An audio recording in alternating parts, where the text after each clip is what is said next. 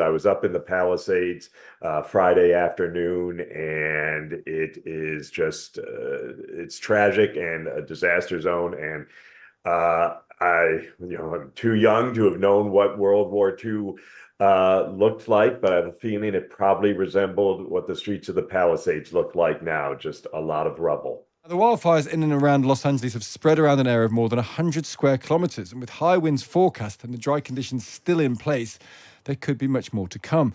And because much of the area affected is residential, the California Governor Gavin Newsom says it might be the costliest natural disaster in US history. I saw a figure suggesting it could cost £250 billion. Or dollars, rather. Let's look at one area affected. Pasadena, a city within Los Angeles County. The fire chief, Chad Augustin, told us the extent of his operation. We have the fires, the Eden fires, 14,117 acres, 27% contained. And we have over 3,000 firefighters fighting this fire from both the ground and the air. And we really took advantage over the last 36 hours of favorable weather conditions.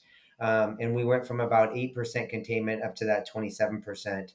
But we have red flag conditions coming in basically now through Wednesday, and the peak of those red flags with really bad wind conditions are going to be on Tuesday with 50 to 60 mile an hour wind gusts. So not as bad as we had when the fire started, but obviously not good weather conditions when we're trying to get a hold of a fire.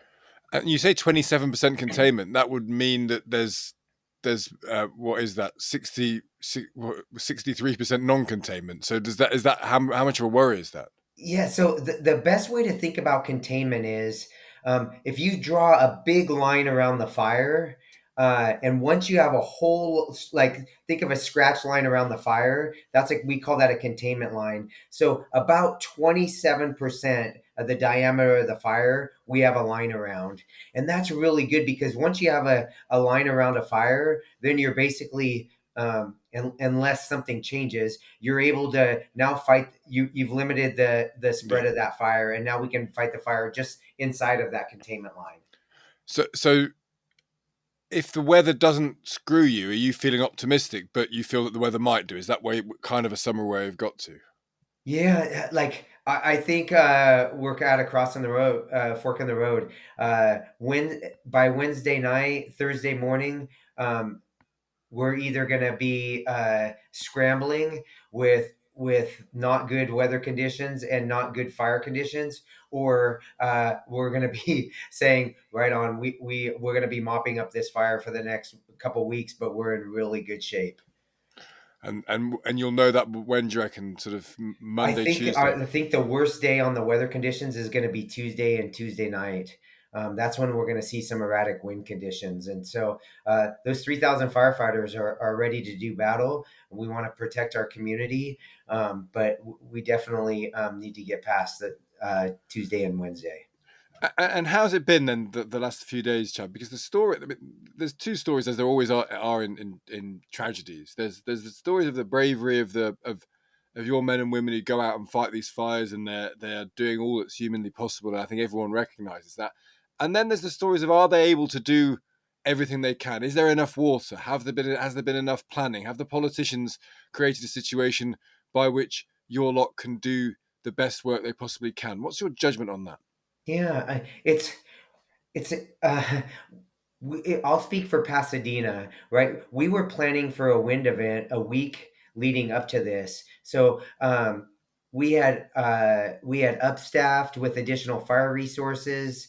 We had opened up our emergency operations center. We had done a lot of planning because we knew that we were going to have erratic winds. Unfortunately, at the same time, we were also planning for a possible fire because we were in red flag conditions with 70 mile an hour, 80 mile an hour wind gusts. The night that fire broke out, you had ember casts 3 miles ahead of the fire.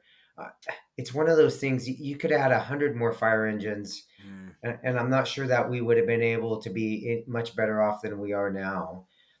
Addressing the water supply, again, like there's multiple cities and multiple jurisdictions of water districts here also, but I can speak for Pasadena. We have our own water and power.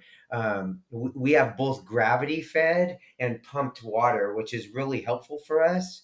But we had a heat for the first few hours when hundreds of, if not thousands of homes were burning. We had a huge supply, a huge demand on our water supply, which impacted the pressure and the volume, understandably, right? The your domestic water is meant to supply water to your homes on a regular basis, and on peak demands, be able to for us to fight some fire on a couple large buildings. But having hundreds or if not more buildings on fire at the same time and multiple hydrants in use, it's going to impact pressure. Also in Pasadena, we had one of our pump stations, the circuits caught on fire. And so that impacted our pressure for a couple hours. And amazingly, those power workers got a police escort and came in behind that fire and fixed that circuit pretty heroically. And within a couple hours, that pump station was back online. That's the fire chief, Chad Augustin. He's the fire chief of Pasadena.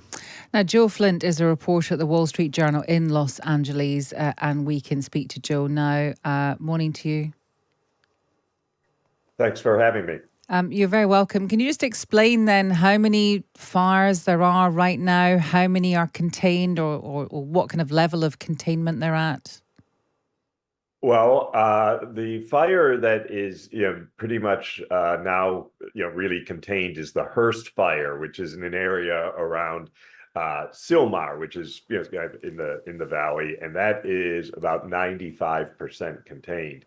Unfortunately, the other major fires, as the Pasadena mayor was just saying, are still going strong. The Eaton fire, which is affecting Altadena and Pasadena. There's been over 14,000 acres and many structures there that have been lost to the fire, and 16 lives is you folks mentioned earlier. We're up to 24 deaths, and 16 are in those Eaton fires. And then the Palisades fire, again, almost 24,000 acres, numerous homes and businesses. I was up in the Palisades Friday afternoon, and it is just it's tragic and a disaster zone. And I'm too young to have known what World War II looked like, but I have a feeling it probably resembled what the streets of the Palisades look like now, just a lot of rubble. And it must be terrible. This terrible thing has happened already, as you say, and you can see the aftermath of it. And then the talk of it getting bad again with these high winds. What does that mean for people in the affected areas? I mean, will these people? What are people's attitudes? Do they try to kind of stay as long as they can, or because of what's happened already, do you think people will pack up and go?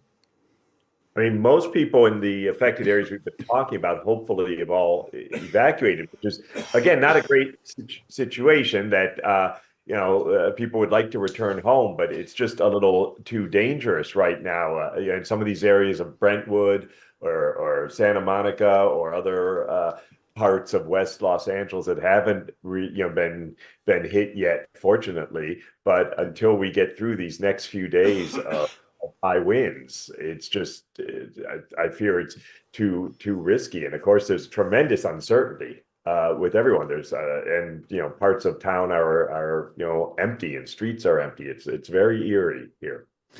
And what about the political fallout from all of this? I mean, it's not the most important thing, but there are some very kind of high profile people who are being criticized or doing the criticizing. I know Donald Trump and the Californian governor Gavin Newsom are at odds over the cause. There's quite a lot of scrutiny of particular individuals in charge of, for example, the mayor, the fire chief. How is that all playing out right now?